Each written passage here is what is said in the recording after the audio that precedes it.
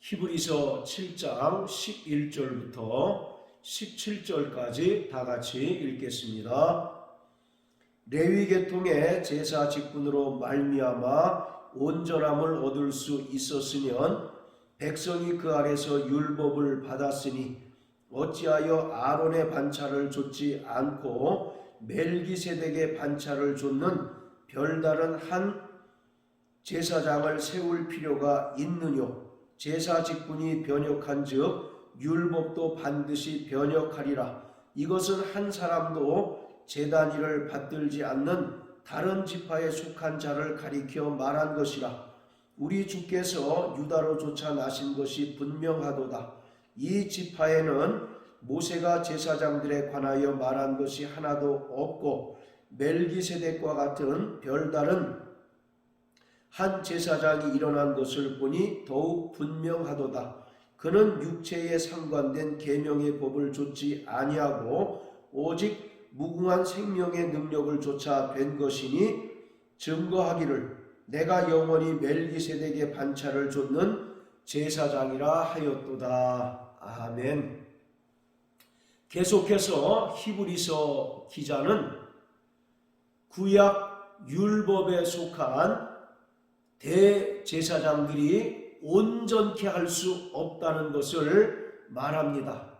그러면서 레위 계통이 아닌 멜기세덱의 반차를 따라오신 예수님께서는 영원하시고 크시며 또 완전하신 대제사장으로 오셨기 때문에 우리를 온전케 할 수 있다는 것을 강조하고 있습니다. 11절의 말씀에 레위 계통의 제사 직분으로 말미암아 온전함을 얻을 수 있었으면 백성이 그 아래서 율법을 받았으니 어찌하여 아론의 반차를 좇지 않고 멜기세덱의 반차를 좇는 별다른 한 제사장을 세울 필요가 있느냐라고 말합니다. 가정법을 사용함으로써 레위 계통의 대제사장으로는 온전케 할 수 없다는 것을 말합니다. 그러므로써 레위 계통이 아닌 전혀 다른 멜기세덱의 반차를 좇아 예수님께서 이 땅에 영원한 큰 대제사장으로 오셨다라고 말하고 있는 것입니다. 19절에도 보면 율법은 아무것도 온전케 못한다라고 말합니다.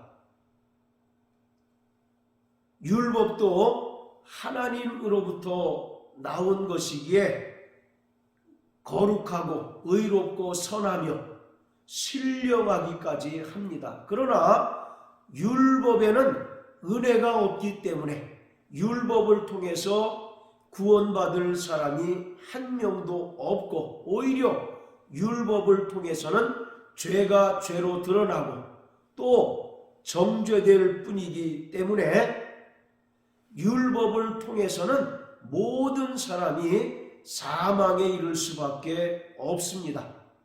자, 우리 로마서 7장을 다 같이 보시겠습니다. 로마서 7장 12절부터 14절까지입니다. 이로 보건대 율법도 거룩하며 계명도 거룩하며 의로우며 선하도다. 그런즉 선한 것이 내게 사망이 되었느뇨? 그럴 수 없느니라. 오직 죄가 죄로 드러나기 위하여 선한 그것으로 말미암아 나를 죽게 만들었으니 이는 계명으로 말미암아 죄로 심히 죄되게 하려 함이니라. 우리가 율법은 신령한 줄 알거니와 나는 육신에 속하여 죄 아래 팔렸도다. 12절과 14절 말씀을 통해서 율법도 하나님으로부터 나온 것이기에 거룩하며 의로우며 선하고 신령한 줄 안다는 것입니다. 그러나 이러한 선한 율법이 오히려 자신을 죄로 말미암아 죽게 만들었다는 것입니다. 왜 그렇습니까? 그것은 13절에 기록된 것처럼 오직 죄가 죄로 드러나게 할 뿐이기 때문이라는 것입니다. 즉 율법은 우리를 구원에 이르게 할 수 없고 죄를 드러나게 하고 또 정죄할 뿐이기 때문에 율법으로는 아무도 의로워질 수 없고 율법으로는 아무도 구원받을 육체가 없다는 것입니다. 우리가 사복음서를 보면 바리새인과 예수님이 끊임없이 충돌하고 갈등하는 것을 보게 됩니다. 이러한 갈등과 충돌의 핵심적인 내용은 율법을 통해서 구원을 얻을 수 있느냐, 또 율법을 통해서 영생을 얻을 수 있느냐 여부인 것입니다. 바리새인들은 율법을 통해서 그들이 의로워지려고 하고 또 율법을 통해서 거룩하여지고 율법을 통해서 영생을 얻으려고 하였습니다. 그러나 예수님께서는 바리새인들을 책망하면서 율법을 통해서 구원 얻을 육체가 없고 율법을 통해서 영생을 얻을 육체가 없다는 것을 말씀하셨습니다.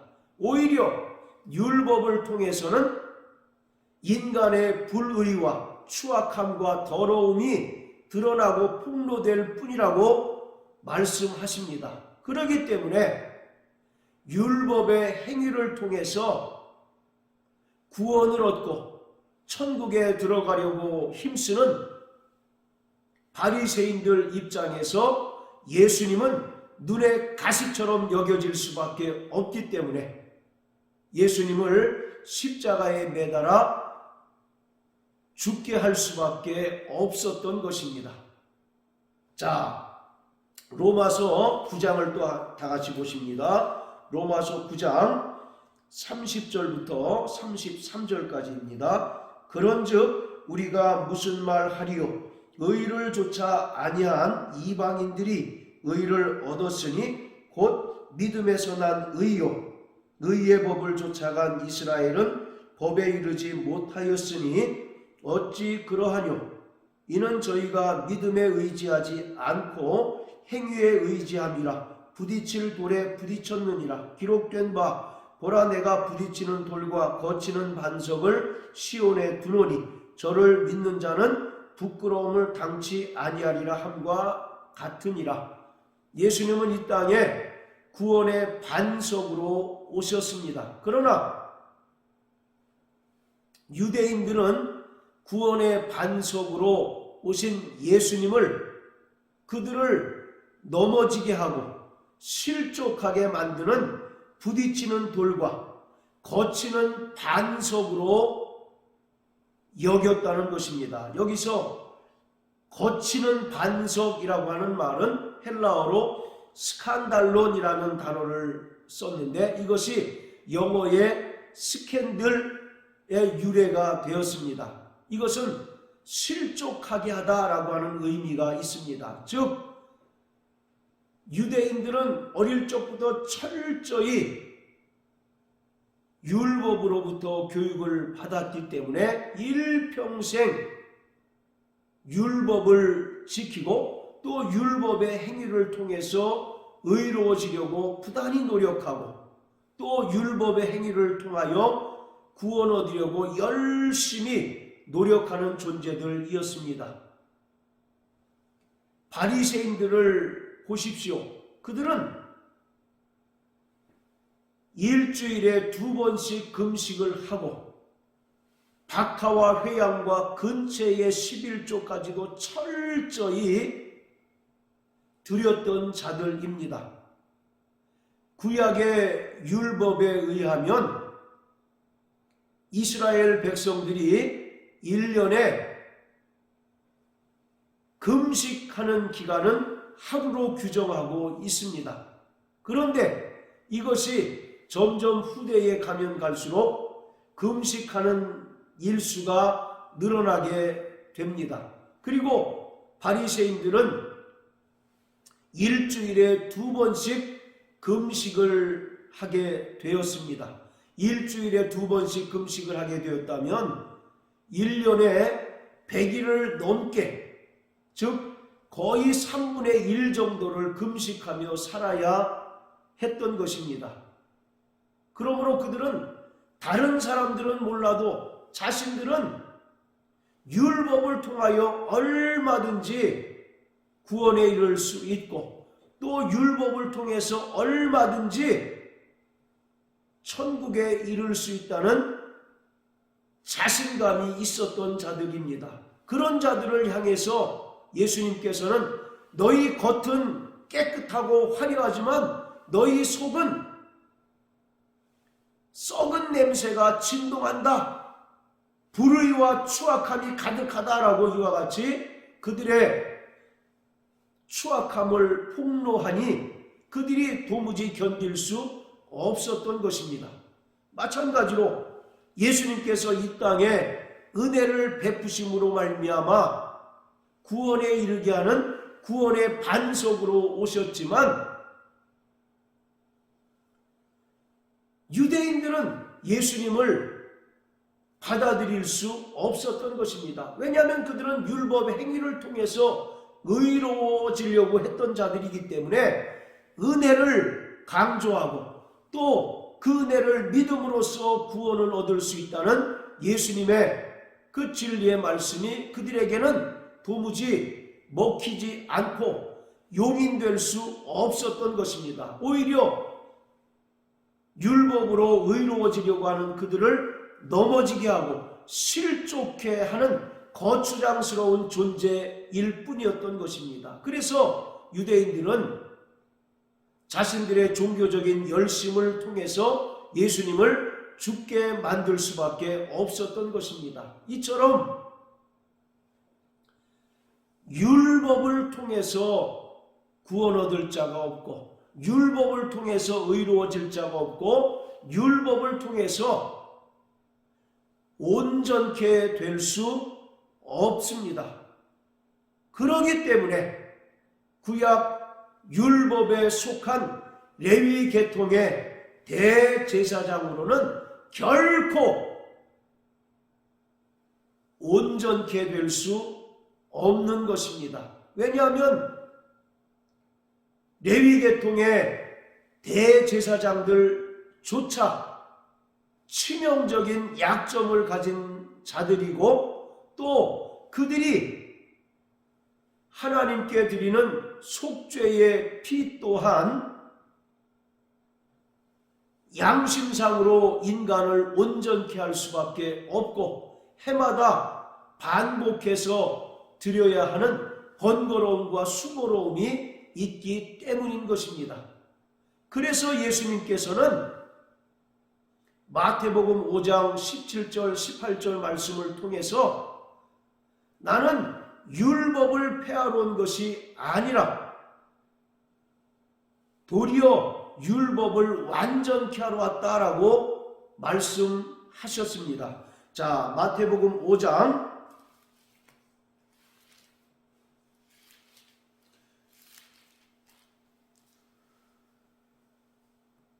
17절 18절입니다. 내가 율법이나 선지자나 폐하러 온 줄로 생각지 말라. 폐하러 온 것이 아니요 완전케 하려 함이로라. 진실로 너희에게 이르노니 천지가 없어지기 전에는 율법의 1.1획이라도 반드시 없어지지 아니하고 다 이루리라. 율법도 하나님으로부터 나온 거룩하고 의롭고 선하고 신령한 말씀이기 때문에 1.1획이라도 없어지지 않고 다 이루어집니다. 그러나 율법은 치명적인 약점을 가지고 있는데, 그것은 율법에는 은혜가 없다는 것입니다. 따라서 5장 17절에 보면 완전케 하려 함이로라 하신 말씀은 예수님께서 이 땅에 율법을 완전케 하러 오셨다는 것은 율법의 약점을 보완하러 오셨다는 것입니다. 율법에는 은혜가 없고 오직 정죄하고 죄를 죄로 드러나게 하는 법이기 때문에 율법을 통해서 구원 얻을 육체가 없지만 예수님께서는 율법을 완전케 하심으로, 즉 율법의 약점을 보완하셔서 은혜를 통해서 구원을 얻을 수 있게 하신 것입니다. 그래서 결국 하나님께서 하나님의 백성인 이스라엘에게 율법을 주신 목적은 율법을 통해서 자신이 죄인임을 깨닫고 생명을 얻기 위하여 예수 그리스도께로 속히 옮겨가라고 주신 것이 바로 율법입니다. 그래서 갈라디아서 3장에 보면 율법은 몽학선생이 되어라고 말씀합니다. 자, 갈라디아서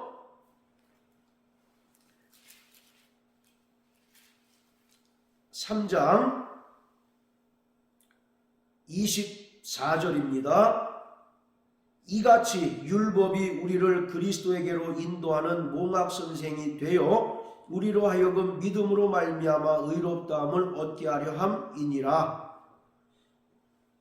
율법은 몽학선생이 되어서 그리스도께로 우리를 인도하시기 위하여 주신 것이라고 말씀하고 있습니다. 그런데 이스라엘은 이러한 율법을 주신 목적을 오해함으로써 율법을 통해서 의로워지고 또 율법을 통해서 구원 얻으려 했기 때문에 예수님으로부터 책망을 받을 수밖에 없었고 구원을 얻을 수 없었던 것입니다. 율법을 주신 목적은 율법을 통해서 자신이 죄인인 것을 깨닫고 그럼으로써 살기 위해서 그리스도께로 인도함을 받도록 하기 위해서 율법을 주신 것입니다. 그래서 율법은 몽학선생이 되었다라고 말씀하고 있습니다. 자, 이처럼 율법으로 온전케 될 수 있는 사람이 아무도 없고 율법에 속한 레위계통의 대제사장으로 결코 인간을 온전케 할 수 없기 때문에 레위계통이 아닌 별다른 한 대제사장을 하나님께서 보내주신 것입니다. 그래서 히브리서 7장 13절 14절에 보면 이것은 한 사람도 제단 일을 받들지 않는 다른 지파에 속한 자를 가리켜 말한 것이라. 여기서 한 사람도 제단 일을 받들지 않는 다른 지파에 속한 자, 이것은 예수님께서 유다 지파를 통해서 오신 대제사장이심을 설명하고 있습니다. 그래서 14절에 우리 주께서 유다로 쫓아나신 것이 분명하도다. 이 지파에 관해서는 모세가 제사장들에 관하여 말한 것이 하나도 없다라고 말합니다. 그러므로 15절부터 17절까지는 이제 예수님께서 멜기세덱의 반차를 쫓아 이 땅에 오셔서 영원한 속죄를 이루심으로 말미암아 죄인된 인간들에게 구원을 베푸시고 또 의롭게 하시고 온전케 하셨다라고 말씀하고 있습니다. 구약 레위계통의 대제사장들은 치명적인 약점을 가지고 있습니다. 그렇기 때문에 그들은 인간을 온전케 할 수 없습니다. 자, 히브리서 10장 1절부터 4절까지입니다. 율법은 장차 오는 좋은 일의 그림자요 참 형상이 아니므로 해마다 늘 드리는 바 같은 제사로는 나오는 자들을 언제든지 온전케 할 수 없느니라. 그렇지 아니하면 섬기는 자들이 단번에 정결케 되어 다시 죄를 깨닫는 일이 없으리니 어찌 드리는 일을 그치지 아니하였으리요. 그러나 이 제사들은 해마다 죄를 생각나게 하는 것이 있나니 이는 황소와 염소의 피가 능히 죄를 없애하지 못함이라. 율법은 장차 오는 좋은 일의 그림자요 참 형상이 아니다라고 말합니다. 결국 구약 율법에 속한 대제사장들 역시 예수님께서 이 땅에 영원한 대제사장으로 오실 것을 보여주는 하나의 모형이고 그림자에 불과하다는 것입니다. 만약 레위계통의 대제사장들로 또 그리고 그들이 드리는 짐승의 피로서 인간이 양심상 온전케 될 수 있고 또 영원한 속죄를 받을 수 있었다면 굳이 하나님의 아들 예수께서 이 땅에 대제사장으로 오실 필요가 없었던 것입니다. 그러나 구약 레위계통의 대제사장들이 온전치 못하고 또 그들이 하나님께 드리는 속죄의 피가 인간을 양심상으로 온전케 할 수 없고 또 황소와 염소의 피가 능히 죄를 없애하지 못하기 때문에 예수님께서 이 땅에 사람으로 오셔서 영원한 큰 대제사장이 되어 주셨던 것입니다. 그러므로 우리는 일평생 영원한 대제사장이신 예수님의 은혜를 믿고 의지하는 자가 되어야 합니다.